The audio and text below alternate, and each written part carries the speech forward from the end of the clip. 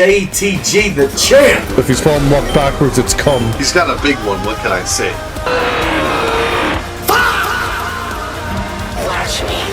Praise the Tiffy, respect the Tiffy, and honor the fucking Tiffy time! Welcome everybody back to the channel. We're recording this a little bit later, so I have to be a little bit quiet, but doesn't stop us from talking about the Raw after WrestleMania. So, if you didn't watch it, it's on my channel, night 1 and night 2. Night 1 was terrible, night 2 was a lot better. And we had the Raw after Mania, which obviously a few years in a row have been pretty shitty, not gonna lie. Hasn't been as good. They've pretty much disappointed us. Not many call-ups and just nothing memorable. Like last year they did the Braun Breaker thing, that was good. Last year was fine. I remember like WrestleMania 39, like they had Vince take over the fucking creative again, and that Raw was fucking bad. The one where Brock attacked Cody, that was a fucking terrible one. If you guys remember that one, yeah, Raw after Mania has not hit at all. It's been pretty shitty. But I have to say, this is probably one of the better Raw after Manias in a while, to be honest. They did quite a bit of stuff on here, and I liked what they did. They forged some stories, even though they should be fresh, but some of the stuff should continue. Some fresh faces on the show. I don't know what the fuck SmackDown's getting. SmackDown doesn't seem to be getting a lot right now, so we'll find out on Friday what's going on there. But we did get some good stuff here, so let's get into it. Quick review. Can't talk about it too much, but we're going to cover it. And let's do this, baby. Here we go. Obafemi opened the show, and this was cool. He came out, obviously felt like a celebration, and he only said 4 words. I ain't trying to do the 4 horsemen or the 4 horsewomen. 4 words. The ruler has arrived. That's all I need to say. This gave me vibes of This Is My Year Now with Roman Reigns back at WrestleMania 33, which I was at. I was not at the Raw after Mania though, where he said This Is My Year Now and got booed out of the building. Now the difference is Oba got like heavily cheered, so it was the opposite, but they didn't let him speak in a good way. They let him celebrate, so that was cool. They're saying Oba and Obafemi and all that. And they were barking. But all he had to say was the ruler has arrived. What else does he need to say? There's not really much else to say. You slayed the beast. Your actions speak louder than words. So that's perfect. I thought it was fine. I thought it was a great open. And that's what needed to be done.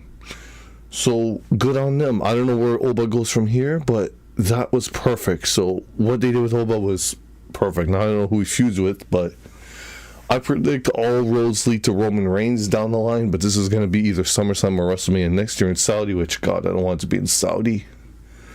But that's what I think is going to happen here. Rhea Ripley and Kyrie. Okay, whoever on this website, I'm going to call you out right now, Forbes.com, you are fucking dumb. It's saying Rhea Ripley and Kairi Sane. Rhea Ripley and Kairi Sane defeated the Kabuki Warriors. Oh my god. It's Io Sky, not Kairi Sane. Rhea Ripley and Io Sky defeated the Kabuki Warriors, not Kairi Sane. I read that. Oh my god. Forbes. What the Forbes.com. What the fuck are we doing? It's, yes, Rhea and Io. Rio. Not Rio, not Riho from AEW. Rhea Ripley and Io defeated the Kabuki Warriors. This was whatever. Last match for Rhea and Io together because they split their ways. Io's going to Raw, or she's staying on Raw to deal with the Kabuki Warriors. Rhea's moving to SmackDown. Makes sense, she's the champ. I'm glad they split them because it gives Tiffy more opportunities. Good job, Tiffy. Hopefully they push you as a heel. We love Tiffy. But anyways, I thought this was whatever. I mean, it was there. Another win over the Kabuki Warriors. Like, what else? It's just the same old shit with the Kabuki Warriors. I don't care. I might be in the minority on this. Asuka's great, but I'm bored with Asuka. I just feel like we're past Asuka at this point. Asuka's like I don't know. Not interested in anything she does. So many new names. I don't know where Asuka fits on the roster. I just don't care for Asuka or Kairi. Personally, that's just me. Because, again, they were feuding for like 8 months. Then they dropped it near the Royal Rumble. Or the like Survivor Series. And they never went back to it until Mania. And they didn't even do the match on Mania. So it's like... It's the same old shit with this story. I don't care. Just get it over with. I don't care. I feel like it's actually holding Io back, if anything. Because you can't put Io in the title picture. I just think it's holding Io back. Might be in the minority on that, but that's how I feel. Rhea and Io, not Kairi, defeat the Kabuki Warriors. Whatever. CM Punk and Cody teased WWE title clash. Yes, so they were in the ring, Punk and Cody. I was surprised to see Cody because he was fucked up with his black eye. But what they did was good. They teased a future match, which I predict Punk is going to SmackDown because they need him, and they don't need him on Raw anymore. He dropped the title. Roman's there full time. Let Punk be full time on SmackDown. That's probably the best case here. This should be either the SummerSlam match or in the WrestleMania match next year. This was the original WrestleMania match this year. Obviously, things changed with injury when Seth and didn't go to plan, but this should be the match. Anyways, this should have been the match, so we'll see what happens there. But I'm not going to read everything they said. It was a good promo by Punk, good promo by Cody, some funny stuff, but I'm not a podcast. If you want somebody to go an in-depth review, go to JD from the NY 206. Shout out to JD. Or Solid Monster. Solid Monster sounds off is great too. I don't know what his exact name is. I just know it's Solid Monster, but go check them out. Again, I'm just a quick review, in and out. Just a little catch up on Raw. 15-20 minutes a week, each show. So, that's what we here for. Pay-per-views. Depends. Or breaking news that's big. But that's what I'm doing. That's literally all I'm here for. Just a little discussion. Ethan Page defeated Javon Evans. So yes, Ethan Page is called up to Monday Night Raw. I am very fucking happy for Ethan Page. I think the guy is phenomenal. He's came into his own as a character. Coming from AEW, from the Men of the Year, and they didn't do anything with them. I met Ethan Page. He's a great guy. So happy for him. This guy can be a top fucking heel. And again, he built his character up. And look at him. And look at his former partner, Josh Alexander, in the North. Oh my God, it's like one's up here and one is down way below. Josh Alexander should have never went to AEW. I don't know what the fuck he was thinking. That's an L for him. Because you just wanted to wrestle, and where'd it get you? You ain't doing much. Ethan Page, though, went to NXT, built his own craft. Did it the right way because it worked out for him, so... You gotta look at NXT, man. NXT might not be as exciting as it used to be. Obviously, I don't know what the fuck they're doing now. They're doing some weird shit now. It's a whole bunch of new names. I really don't even know who the fuck they are. I have to learn about them. I'm not following NXT weekly because I think the shows are fucking terrible, personally. But whatever the case is, they still have some good names. But now we're losing all those names from NXT, but they're getting plucked in the main roster, so... It's the right way about it. Eventually, they have to get moved up. But Ethan Page was the call-up. I'm very happy. All ego Ethan Page is going to be your Intercontinental Champion within the next 6 months, for sure. He defeated Javon Evans. Javon Evans, well, there was interference with Rusev, so he didn't lose clean. Don't worry, Javon did not lose clean. It was Rusev interference. Rusev's playing a little bit of a role here with the IC title, so he's not alone and not getting taken out of this. So he's got something to do. That's good with Penta and Ethan Page here. And Javon, so that's good. But yeah, Ethan Page 1 was a very good match from what I watched. It was really good. Really good stuff. Good showcase for Ethan Page. Happy he's there. Javon's always great. Those guys are the future right there. So they're both going to be future Intercontinental Champions for sure. Like, Penta's got some good challengers. He's going to have a great reign. Hopefully everything works out. Should be good. Should be good. Moving on. Okay, we got Liv Morgan. Hi, Liv. I seen what you did on Monday. You did great. Alright. Liv Morgan defeated Ruca. This was fucking great. Oh my god, dude. This was better than the match with Stephanie because time restraints. They actually went out there and they fucking killed it. Like, this felt like a WrestleMania match compared to the match with Stephanie. This was fucking fun. Like, this was great. Liv has come a long way, man. That's why I wish WWE let her out on Mania to fucking go on steal the show, and they didn't want her to do that. Because she's got the potential, man. She's got the potential to be that star. And WWE did not allow her to showcase everything she can do in a 20-minute match. This match wasn't 20 minutes, but there was a lot more here than there was with the match with Stephanie. Because it's time to move on from Rhea, EO, and all that, and start moving on to your other names that you have on the roster. So Liv is definitely should be up there in discussion, and they didn't have to give her the time. But this match with Ruca was perfect. Ruca getting called up here. Sol looked great.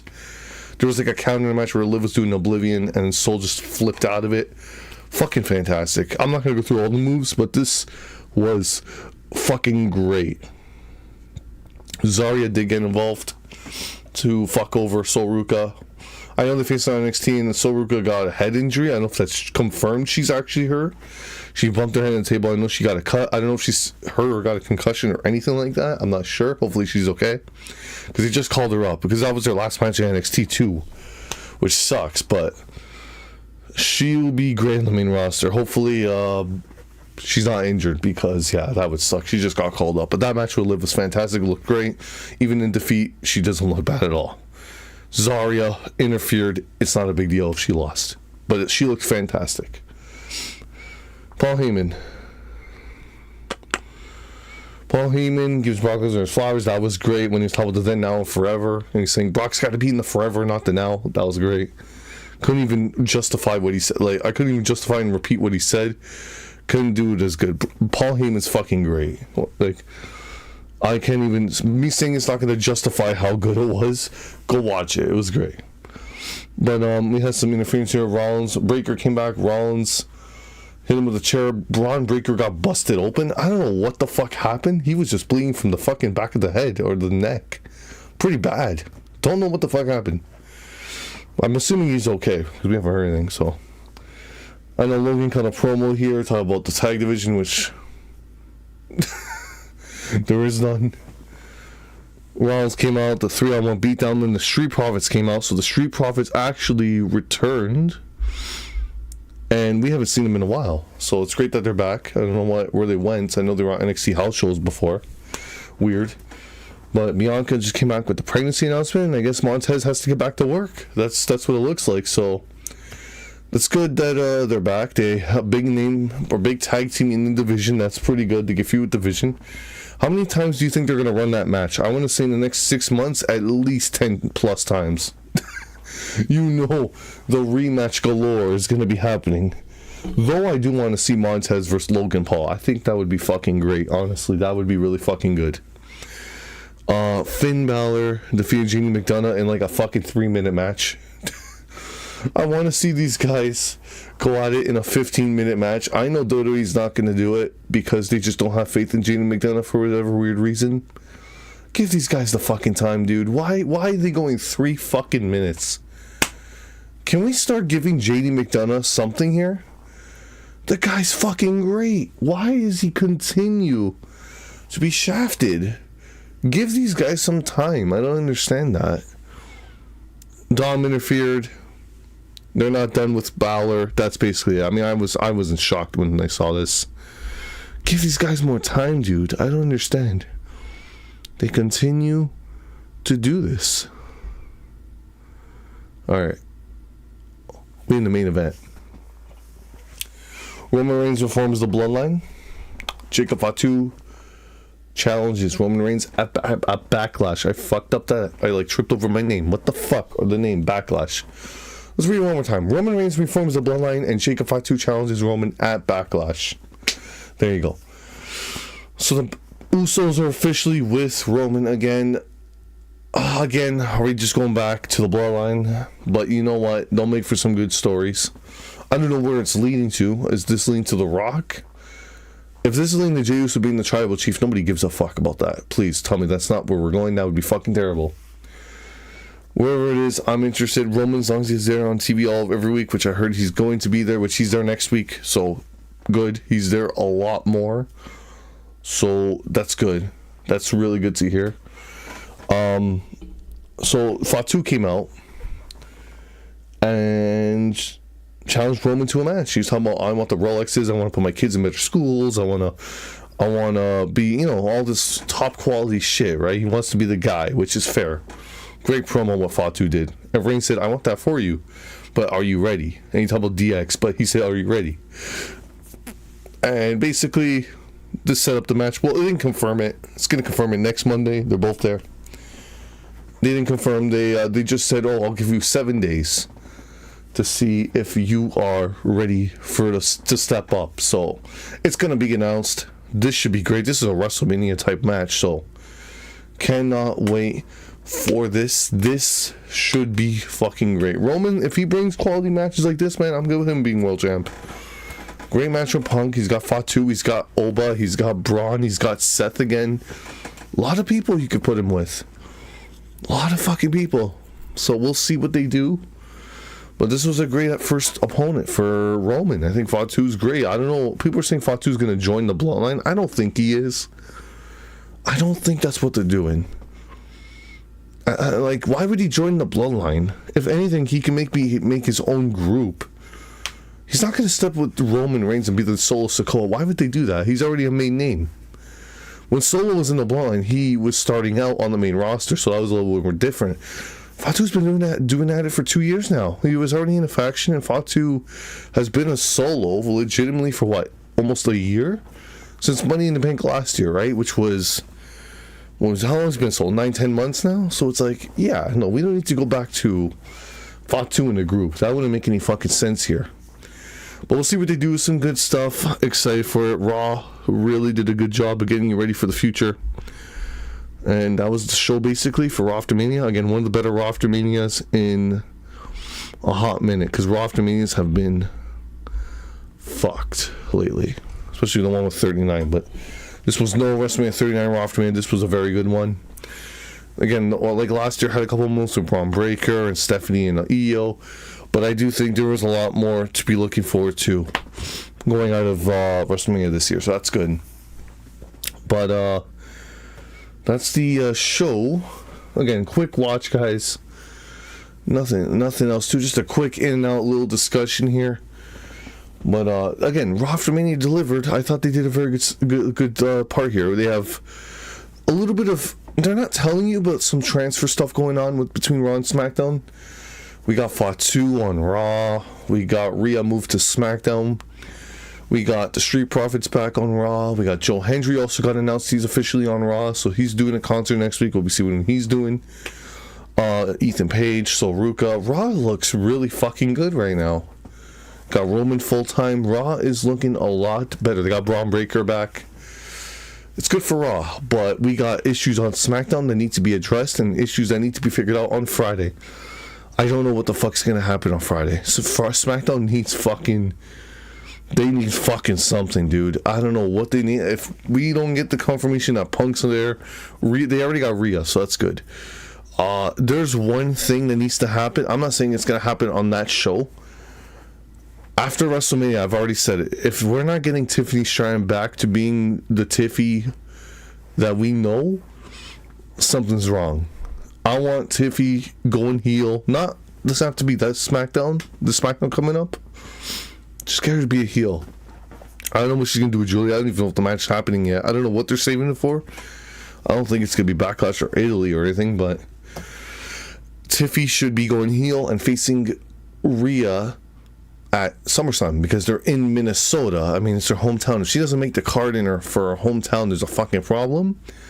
And yeah, no kidding, she's gonna want to leave the company. So they better fucking not fail her. Tiffy, please, hopefully they book you well. I don't know. SmackDown's got a lot of work to do. People are gonna make this big thing about Tiffy leaving. I don't think Tiffy's transitioning into Hollywood and leaving pro wrestling altogether when she's 30. I think when she said that she wants to do Hollywood roles, but I don't think she's gonna go full time in Hollywood. She'll probably do what Liv Morgan did and do a movie and go back to WWE, because you gotta understand, Hollywood, you need to get roles for you to be in Hollywood. If there's no roles for you, what the fuck are you doing, right? Roman Reigns might be struggling with roles right now, so that's why he's back full time. I don't know. I'm not saying that's true, but maybe Roman's doesn't have much on his schedule for movies, so he's like, I'll put more time in the WWE until I get my roles back. So he's back for a little bit, and that's why. If Roman's struggling, then I can't see why Tiffy would be off and running like Roman. You know what I mean? It's not an easy thing. She could be a Hollywood star, but I don't think she can transition to it just going straight. She is a star, but you gotta obviously... They're two different worlds, pro wrestling and Hollywood. You have to build yourself up. It's like with anything, right? Like me building up this channel. She can absolutely do it. She'll be fucking phenomenal. I'm excited for her. But obviously, you gotta do something else in the process of it. If she's got no roles, right? But she's got to get herself to it. But people are saying she's going to leave. I don't think she's going to leave. People are over embellishing on that. She'll be fine. She'll be fine. I honestly don't think she's going to be leaving at 30. That was an interview from 2 years ago. That was even before she was world champ or Money in the Bank. That was before her first WrestleMania when she said that. Like, things change. That's gonna be 6 years old when she hits 30. I don't think she's gonna. She was 24. Like, that's a lot different. She's 26 now. She's turning 27 in what, 3 weeks? Like, I wouldn't think of much about it. I think. Listen, if creative continues to fail her, then there's a discussion to be made. But like, obviously, not everybody could be at the top in every moment. We'll see. I hope to God they do right by her later in this year, because her missing WrestleMania was a major hit. Something that did not need to be a thing, and WWE failed her. We'll see what they do. Hopefully Tiffy, they get her back to what she needs to be. We praise the Tiffy, respect Tiffy, honor the fucking Tiffy. WWE needs to as well. I'm just going on about Tiffy, but we love Tiffy. But that's Raw, guys. Thank you for watching. Let's do, again, a little discussion. We'll be back probably for Friday. Some SmackDown after WrestleMania. They got to make some moves. JC Jane, Blake Monroe, which I could see them pairing Blake Monroe with Tiffy, because they'll be the Sabrina Carpenters. I don't know. Basically, put Jordan Grace in there. You got a fucking trio. All you need is Sabrina Carpenter to be the fucking manager, and you got the Sabrina Carpenter squad. There you go. Book it. There. That's what we do to get Tiffy back to what she needs to be. That. The Sabrina Carpenter squad, everybody. They can come out. They can sing Espresso together and whatever. Maybe house tour. Maybe they want to sing house tour. I don't know. Whatever the case is. Banger song, by the way. But that's it, guys. We'll see what they do. I think also Ricky Saints gets called up. Maybe you can feud with CM Punk, Cody Rhodes. The fuck's my throat? Fucking. I'm talking too much. But yeah, we'll see what SmackDown does. I'm not really sure where they go. Hopefully it's fucking good, because they need shit to do. We'll find out Friday, but guys, thank you for watching. I appreciate you all as always. Praise the TV, respect the TV, and all the fucking TV. When you start the JT, it's going to be GG. I'll see you guys next time. Take care, guys.